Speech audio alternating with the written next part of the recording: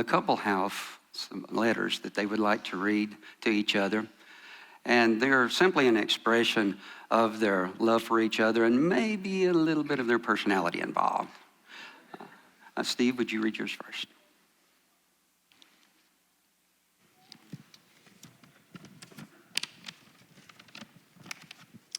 I'd like to begin my letter by quoting one of the most popular musical artists of our time. Baby, you light up my world like nobody else. The way that you flip your hair gets me overwhelmed. When you smile at the ground, it ain't hard to tell. You don't know, oh. You don't know you're beautiful. This is where the Stephen part comes in, but you are perfectly perfect to me.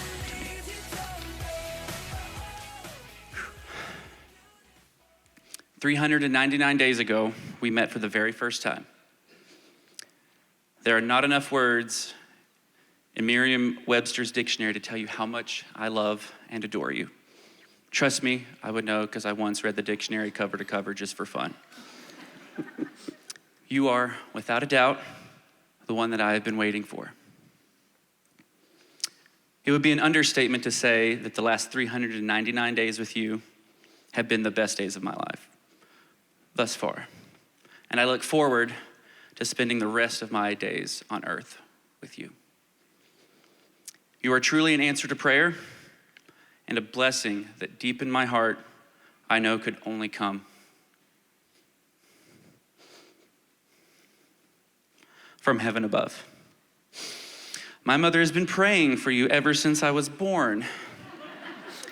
And for the sake of providing some context for just how long my mother has been praying for my future spouse, that equates to 386.25 months, 1,680 weeks, 11,763 days, and 237 Taylor Swift songs.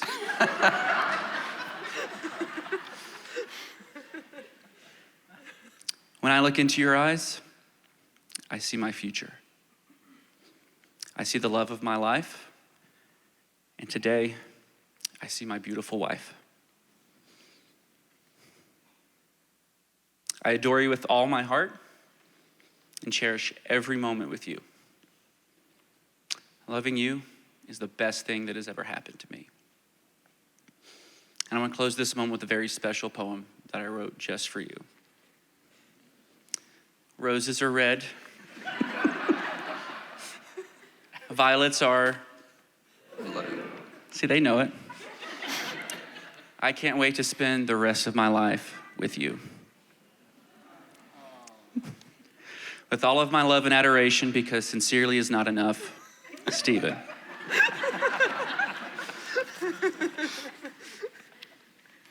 Now, Victoria, would you read your letter to Stephen? Dear Stephen, on an evening just a week or two after we met, you sent me a text asking how the grading was going. Very subtly, you offered to bring me a beverage to help with the grading because that would not be distracting at all. I happened to be taking a break at that moment for a run in downtown Gilbert. And since you were in the neighborhood, you asked if you could join. Also very subtle. And I said yes. I'd been planning only to run 2 miles, but once I realized I have a bodyguard, I decided to go 4 and neglected to update you on that fact until we were halfway in.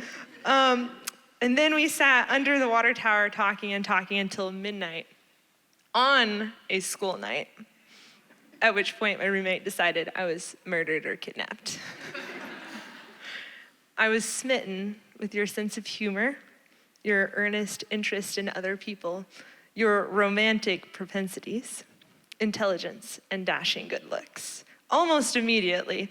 And I said to one of my poor sisters with dreamy eyes, "This is what I always thought dating would be like." Sorry, Natalie. Those are the things that I was initially smitten with, but falling in love with you came over the following weeks when I saw how you follow through on your commitments, big and small, involving barfing dogs or otherwise. The way you put service staff at ease, the priority you place on helping people, that you're responsible, which the older I get, responsibility becomes more and more attractive. How you approach every relationship with the conviction that things don't last, but people are forever. Your relentless optimism and your deep and genuine connection to God. For example, I remember being nervous while preparing for an interview. We were sitting in my car, you turned to me and you said, "You know what the most important thing in this interview is, right?" I was like, "What is it?" He says, "Your job isn't your identity," which was almost word for word what God had spoken to me in my prayer time privately. Did you say, "I love you" really, really early in the relationship? Yes. Did you start planning our wedding when I went to see your family just 2 months after we met? Also, yes. Was how our first kiss unfolded worthy of a romantic comedy? Mm-hmm. Have you pursued me with an intensity that I almost ceased to hope for? Did you run from the porch and halfway down the street at my family reunion in front of my family to greet me? Have you shown me what it is to be loved with abandon, a slight taste of what it is to be the bride of Christ? Yes, yes, and yes. There's a sticky note in my dresser right now listing 7 qualities I ask God for in my future husband, and you check every box. What a husband, what a father and a role model to our future children. What a partner for all of our ever-after adventures. I've been on a lot of adventures, Stephen, and I'm quite ready for the next adventure, to begin with you, me, and the one who holds all our tomorrows. Love, Victoria.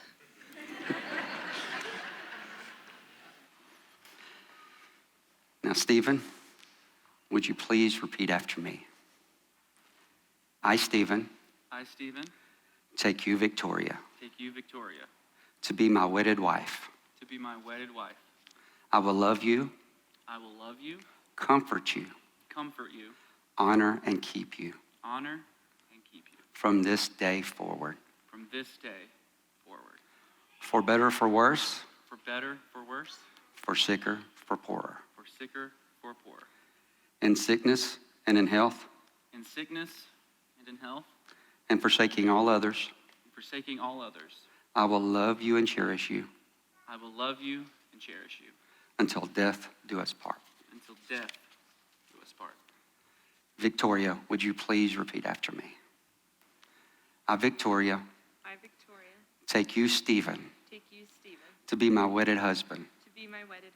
I will love you, comfort you, honor and keep you from this day forward.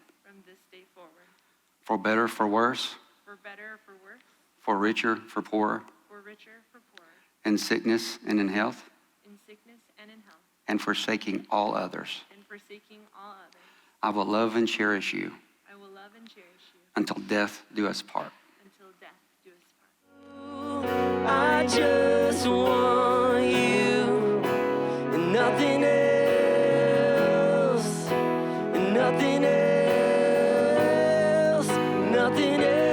will do. I just want you and nothing else, and nothing else will do. I just want you and nothing else, and nothing else will do.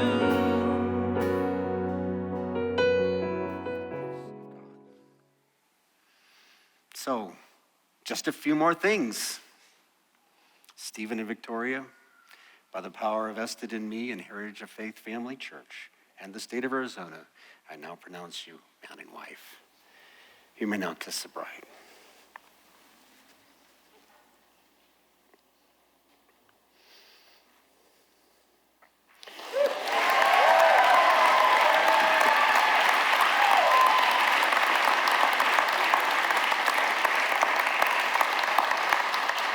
Stephen and Victoria, would you turn and face our guests?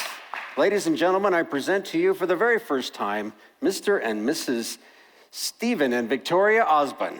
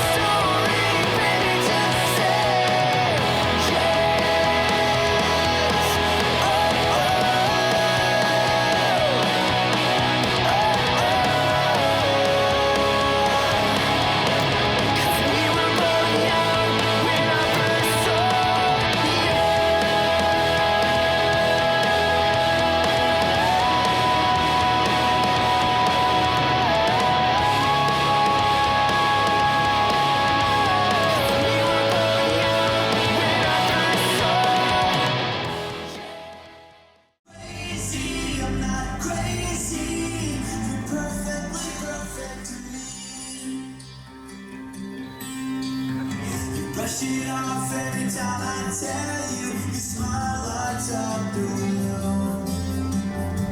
And I'm guessing that you don't even notice.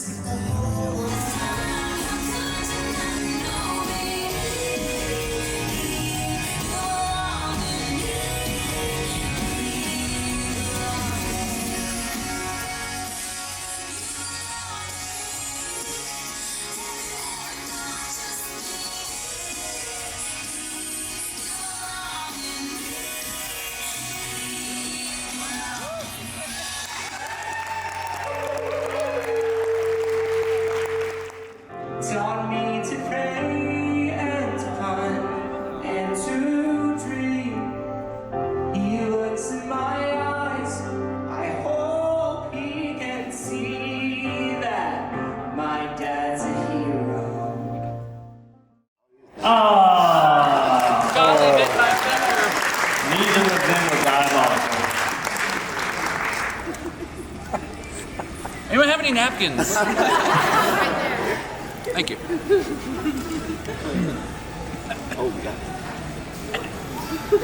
Don't joke. You want water?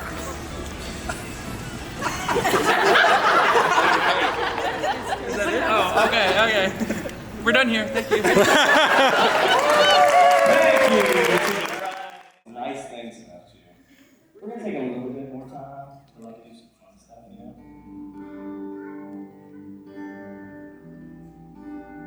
Oh, we're gonna read some.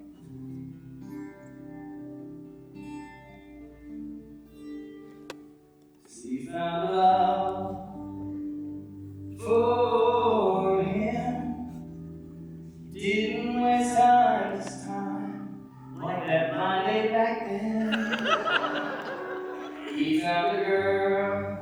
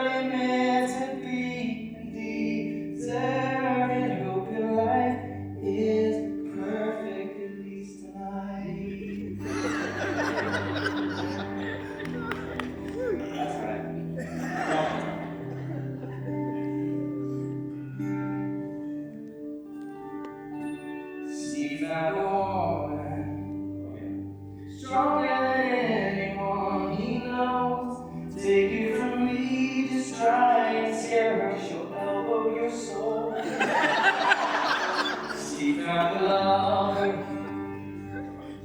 carried more than all his guitars, carried tunes and matrimony, baby rock stars.